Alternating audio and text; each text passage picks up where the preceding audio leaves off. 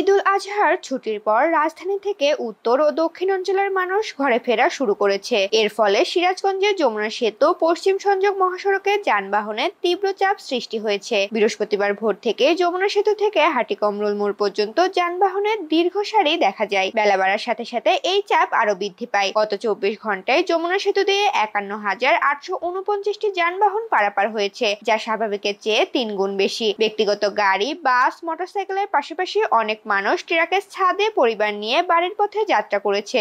ওয়ালটন আবারো মিলিনিয়ার অফারে ওয়ালটন ফ্রিজ কিনে আপনিও হয়ে যেতে পারেন মিলিয়নিয়ার।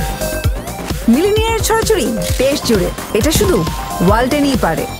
বর্তমানে যমুনা সেতুর পশ্চিম মহাসড়কের উত্তরমুখী লেনে কোনো যানজট নেই, তবে মহাসড়কে যানবাহনের চাপ কয়েক গুণ বেড়ে যাওয়ায় সেতুর ঢাকাগামী লেন বন্ধ রেখে 2 লেনে উত্তরগামী যানবাহন পারাপার করা হচ্ছে।